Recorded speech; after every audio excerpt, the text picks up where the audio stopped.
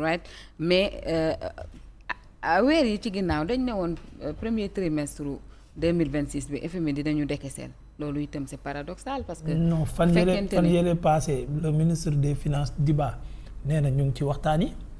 waaye bi mu ko waxee Ousmane daa jénn ne ñoom restructuration duñ ko def te juboo na ci Diba ñoo ko waxtaan ba juboo ko léegi bu boobaa dans ce cas là li la Cheikh Tidiane wax mooy mujjee taxaw léegi FMI lu muy doyee waxtaan ak ñooñu. vraiment. En fait est-ce que réellement on avait parlé d'un premier décaissement.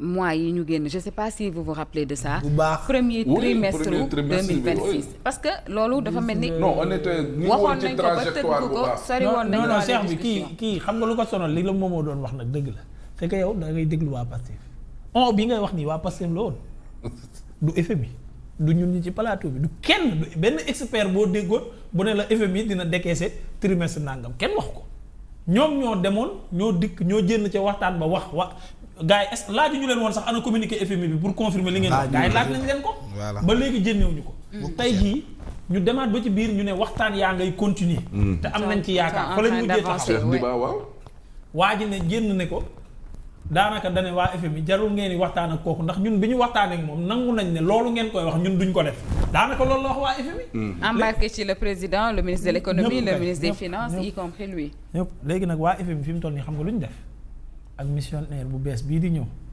day jël postam toog seetaan. turam bi sax dafa neex madame Mercedes. tourné na page bi ñoom dañ na ko ñun tourné nañ page bi. ñu ngi ci leneen. waaw ñun ut nañ sax keneen su ndaw guy ñëw goo xamante ne dañu nuyoo si wane ne moom léegi moom moo nekk en poste. ñun tourné nañ page waxtaan woowu loolu lañ leen wax daanaka. ba pare nit booy waxtaan ak moom. mu ne la waxtaan wi fii lañ taxaw waaye foofu ñu taxaw de yow la sa cëggal guy la. ne Sénégal moo mën a jël décision fi ñu toll ci waxtaan bi foofu jaratul waxtaan da ngay jël ou pas décision. mu jeex tàkk li ma waxoon keroog nag laay rappelé waat Ousmane Sonko li mu xamul mooy li Cheikh Tidiane doon wax léegi. est-ce que xam na réellement nous faisons partie des 25 pays les plus pauvres au monde est-ce que loolu xam na ko. moom est-ce que xam na ne maanaam poste premier ministre bi lii muy rëy di bëri solo lool. ab dëkk bu ndaw bu gën a pauvre ci àdduna bi moom la nekk premier ministre est-ce que loolu xam na ko. bu xamee loolu ba pare est-ce que xam na ne FMI maanaam mooy traité ak ñoom tërëm pëg c'est-à-dire président yi quoi.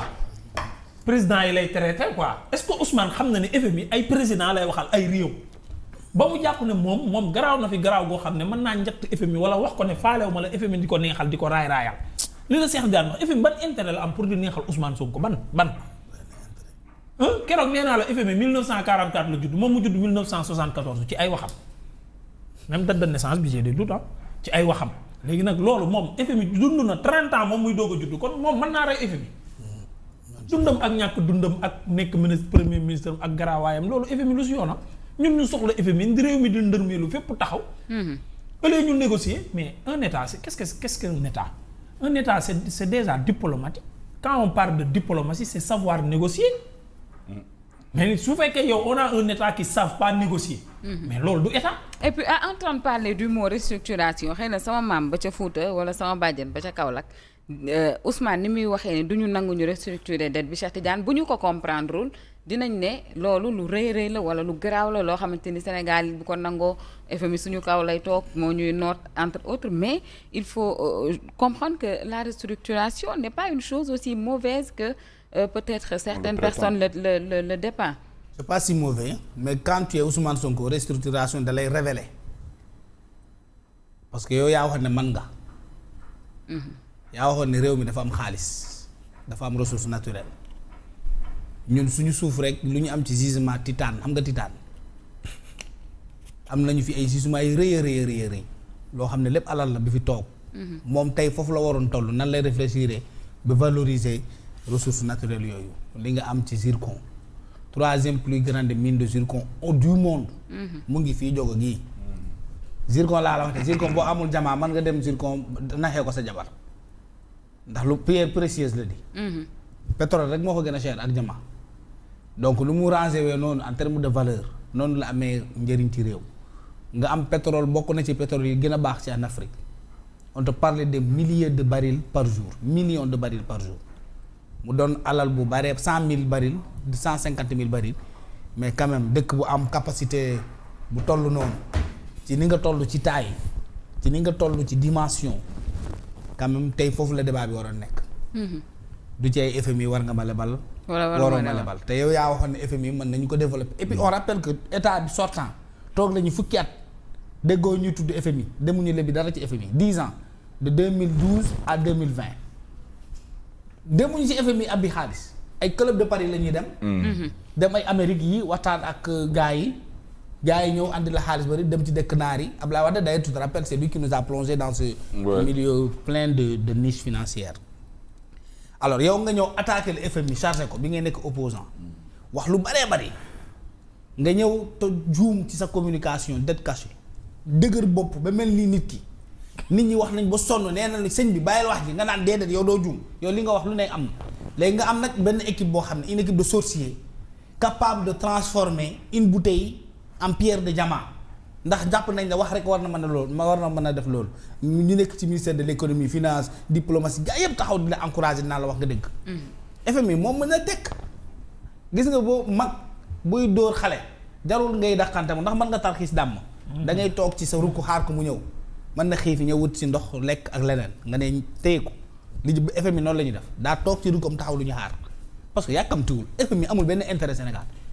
il faut le répéter l'FMI n'a aucun intérêt fii ci réew mi amaluñu benn njëriñ ñun bu ñu doon guerre mondiale sax guerre ak Mali ak leneen FMI moom loolu mën na ko bañ a yëngal.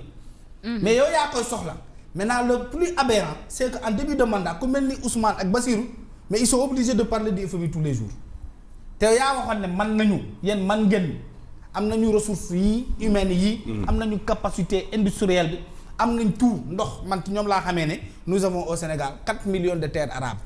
maanaam 4 millions d'hectares d'hectares ci suuf boo xam ne boo ko jiyee loo ko ji mu nangu.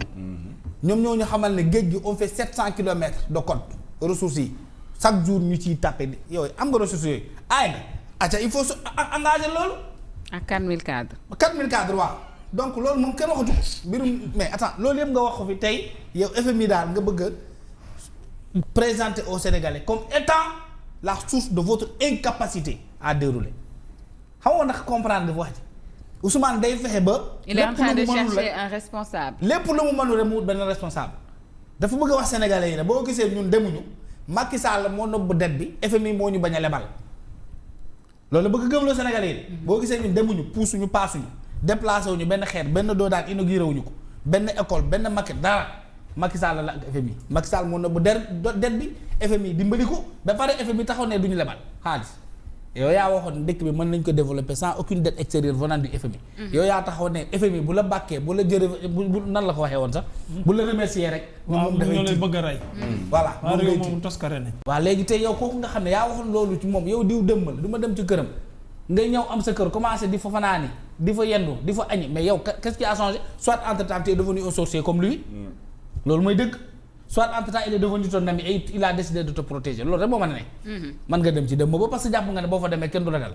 wala nga nekk sorcier nii moom soit Ousmane est devenu comme ces gens yi nga xam ne moom ragaloon na leen démb wala am na lu muy xaar ci ñoom. mais et le président de la République dans tout ça xam nga c'est une question qui vient souvent parce que certainement c'est la même question que les Sénégalais se posent je pense que lépp mënul tourner aussi ci Ousmane Sonko mooy wax mooy def mooy dindi surtout pour des questions aussi cruciales ba mu jaral Julie mi nga xamante ni mooy porte-parole FMI adduwaat ci li nga xamante ni moom moo di restructuration dette boobu le ressort du président de la République dans ces genres de circonstances est-ce que du mooy siffler clap de fin ou récréation bi oui aussi. mais xam nga le président devait en tirer toutes les conséquences. oui. parce que wax ji moo di ne tamit amoon na quand même avancement ci discussion yi entre FMI ak Sénégal maintenant pourquoi Ousmane tenir ce discours-là à la limite même jeter le discrédit sur FMI.